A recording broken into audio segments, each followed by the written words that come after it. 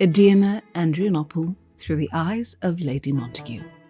Edirne, a city of historical significance and cultural richness, stands out in Lady Mary Wortley Montagu's writings as a place of both beauty and complexity. Her detailed observations offer us a rare glimpse into the daily life and customs of the Ottoman Empire during her visit. Lady Montagu details a significant event that has captivated Edirne during her stay. Now the entire palace household is in Edirne because the Sultan's daughter has married. This occasion prompted all the Turkish ladies to display their finest adornments. The newlywed Sultan's daughter was taken to her husband's palace with great pomp and ceremony. The splendor of the wedding procession and the involvement of the palace women showcased the elaborate customs and traditions surrounding royal nuptials in the Ottoman Empire. Lady Montagu reflects on the architecture and homes in Turkey, countering the often bleak descriptions found in travelogues. Travel accounts often depict Turkish houses as pitiable, but the reality I observed was quite different. They have elegant homes well suited to their climate. While the exteriors may be plain, the interiors are beautifully adorned. They build homes for comfort while they live, without concern for what happens after they pass away. Their observations emphasize the practical yet aesthetically pleasing design of Ottoman homes, contrasting with the utilitarian perceptions from her homeland. Lady Montagu provides intricate details about these homes and their gardens. Edirne is filled with gardens, with fruit trees lining the riverbanks. People gather under the shade to relax, spreading carpets on the grass, listening to a servant playing the saz, and enjoying coffee. This love for leisure is a common trait across Turkey. She notes that the music, reminiscent of ancient Greek and Roman instruments, adds to the cheerful atmosphere of these gatherings. She admires the sturdy construction of Turkish buildings, particularly caravanserais and mosques. The caravanserais are beautiful, and the mosques are entirely built from cut stone. Many large inns are surrounded by shops nestled under stone arches, providing homes for poor artisans. These establishments, often situated near mosques, are far more beneficial than our monasteries. This comparison underscores the practical and communal nature of these structures in serving both religious and economic purposes. In her letters from Edirne, she vividly describes the leisure culture along the Tanka River. Edirne's entire landscape is dotted with gardens. Along the rivers, people have planted fruit trees, creating pleasant spots for the upper class to gather. Their form of recreation involves sitting in circles on the grass under shaded areas, enjoying the music of the water and the sound of a saz played by a servant. Lady Montagu observes how this love for nature and leisurely gatherings permeates Turkish society. Lady Montagu comments on the leisurely disposition of the Turkish people, influenced by the climate.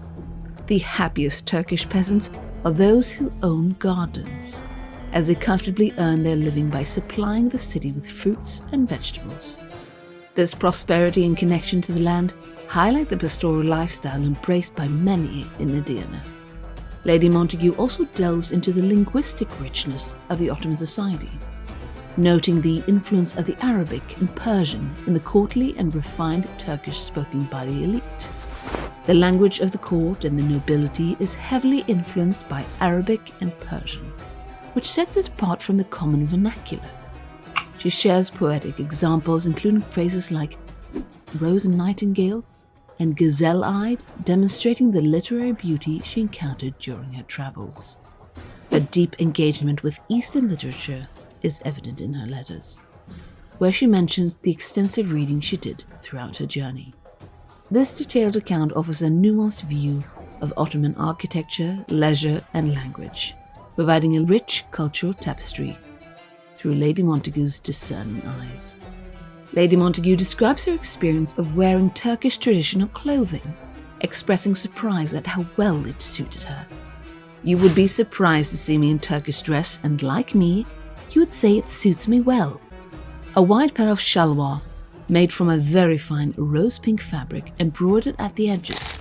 I wear slippers of white leather embroidered with gold.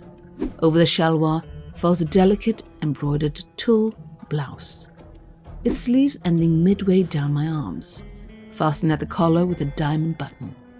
The antari is a tailored jacket, mine made of damask fabric, its edges thickly embroidered with gold thread and the sleeves flaring out towards the back. My mintan matches my shalwar in fabric, and the ensemble fits me perfectly, reaching down to my feet. A belt about 4 fingers wide cinches the waist. Those of wealthy women are adorned with diamonds and other precious stones. Lady Montagu continues to detail the opulence of Ottoman women's fashion. Turkish women sometimes wear fur coats as house dresses, made of heavy brocade and lined with sable, with sleeves that do not extend beyond the shoulder. Mine is green, embroidered at the edges. The headdress, called a kalpak, is adorned with various ornaments. On the opposite side of the head, the hair is gathered and decorated with flowers or aigrettes. The most fashionable adornment consists of bunches of jewels, pearl buds, diamond jasmines, ruby roses, and yellow sapphire daffodils.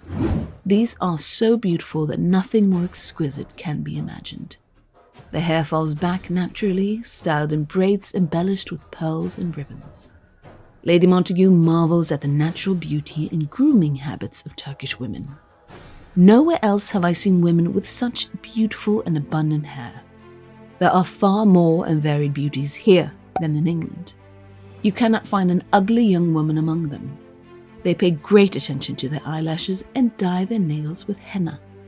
This vivid depiction of Turkish attire and grooming not only showcases the artistry involved, but also reflects Lady Montagu's admiration for the elegance and distinctiveness of Ottoman women's style. Lady Montagu provides a vivid account of her visit to Fatma Hanim's home, illustrating the elegance and beauty of the setting. The house was impeccably clean and elegant. 2 eunuchs escorted me through a long hall, where maids dressed in richly embroidered garments lined up in 2 rows. Their hair was intricately braided, falling down to their heels. It would have been impolite to stare, which I found frustrating. However, I soon forgot them upon entering a room enclosed with gilded latticework. The room was shaded by a large tree with a fragrance of honeysuckle and jasmine filling the air. A white marble fountain added to the charm, with its water trickling into several basins, creating an atmosphere of grace and tranquility. Lady Montagu continues her description, moving on to the details of the room's decor and the striking beauty of Fatma Hanim. The ceiling was adorned with paintings of various flowers, giving the impression they might tumble down at any moment. In the room, a lady reclined on a 4-step high cushion, draped with elegant Persian carpets and supported by embroidered white satin pillows. Next to her were 2 young girls, around 12 years old, dressed entirely in diamonds. While they were lovely, they paled in comparison to the stunning beauty of the lady herself. She stood to greet me, placing her hand on her chest in a gesture of respect, a display of dignity and grace that even palace training could not bestow. She offered me the most honored seat and brought cushions for me to lean on. I had heard from my interpreter about Fatma Hanim's beauty, but seeing her in person left me speechless for a while. Lady Montagu continues, enchanted by Fatma Hanim's exquisite appearance. She possessed a face of such delicate grace that one could not grow tired of looking at it. Her smile was utterly captivating. Her large black eyes held a dreamy blue tint. Each new angle revealed another aspect of her beauty. After overcoming my initial awe, I tried to find a flaw, but there were none to be found.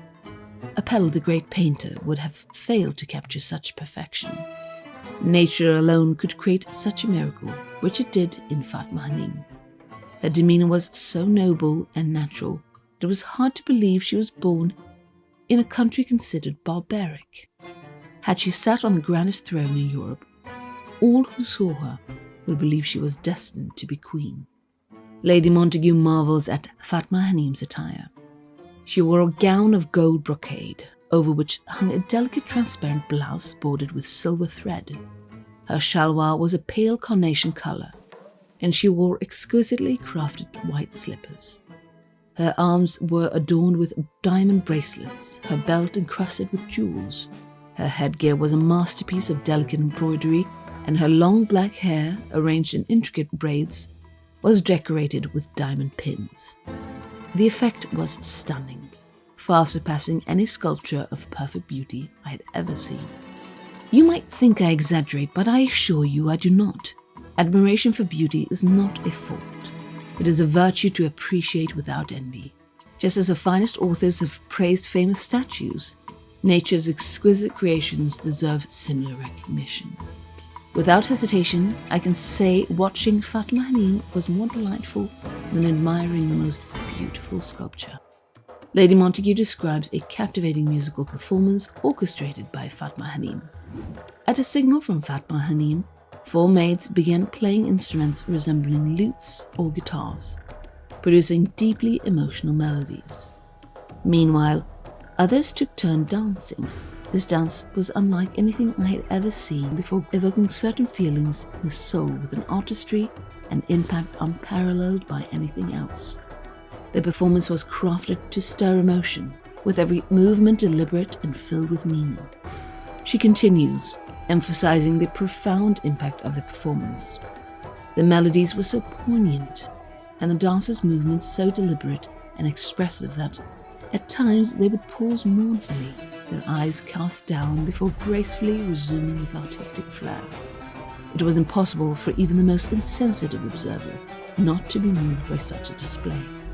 This description highlights the depth and emotional resonance of the performance, which left a lasting impression on Lady Montagu. Lady Montagu addresses the common Western misconception about Turkish music. You might have read that Turkish music is harsh to the ear. However, only those who have listened to street music would claim this. Just as one cannot judge English music by listening to the musicians in London's streets, such criticisms of Turkish music are equally shallow. I can confidently state that the music of this country is deeply moving and carries profound meanings. This statement challenges the superficial judgments often made by Western travelers, offering a more nuanced appreciation of Turkish music. Lady Montagu's experience with Turkish music in Fatma Hanim's home provides a heartfelt testimony to the emotional and artistic depth of Ottoman culture, challenging prevailing Western stereotypes. Lady Montagu provides a detailed description of the covered bazaar, emphasizing its cleanliness and vibrancy. The bazaar is covered with domes, quite clean inside, and stretches for about half a mile. It resembles the New Exchange in London, with 360 shops displaying and selling all sorts of valuable and diverse goods.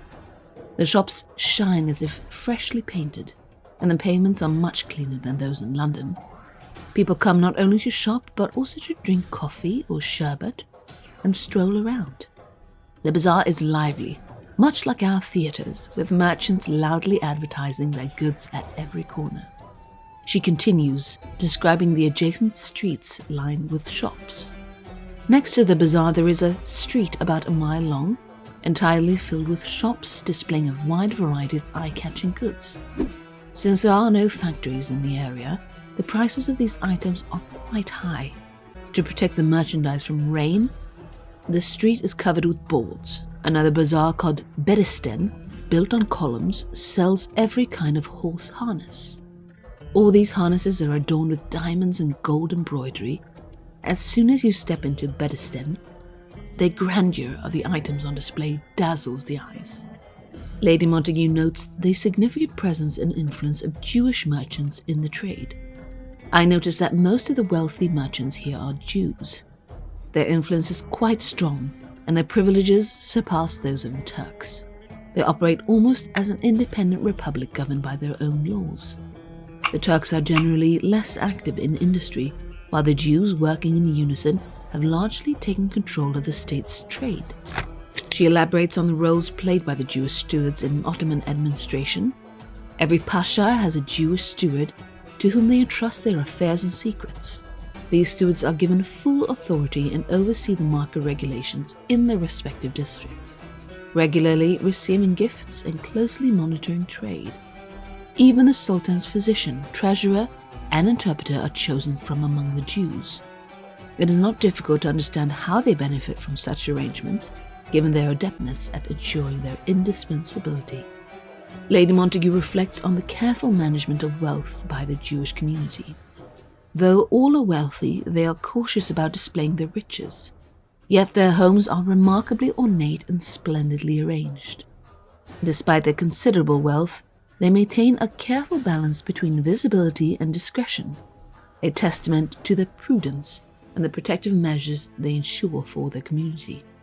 Lady Montagu's observations reveal a complex and nuanced view of the economic life within the Ottoman Empire, highlighting the significant role of Jewish merchants and the bustling activity of the bazaars.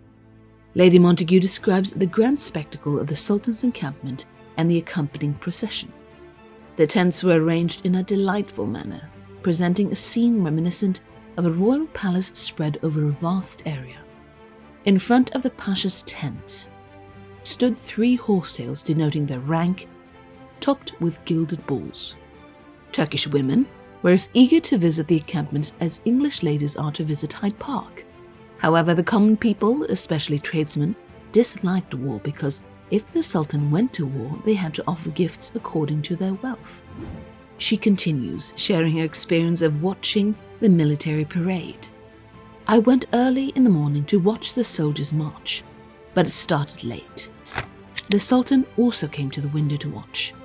Leading the procession was a preacher in bright attire, surrounded by children reciting the Quran.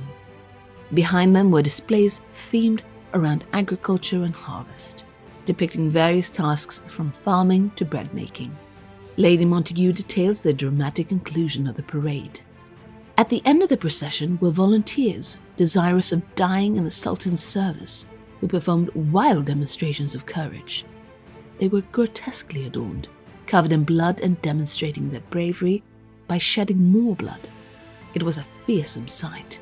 The 8-hour-long procession was a testament to the grandeur and the martial culture of the Ottoman Empire. She notes the presence of women at the event. The women watching the procession were veiled, their faces hidden as they observed the spectacle from a distance. This detail highlights the distinct social customs and the role of women in public events within the Ottoman society. Lady Montagu's vivid portrayal of the Sultan's camp and the grand procession provides a fascinating insight into the ceremonial and social aspects of the Ottoman military tradition.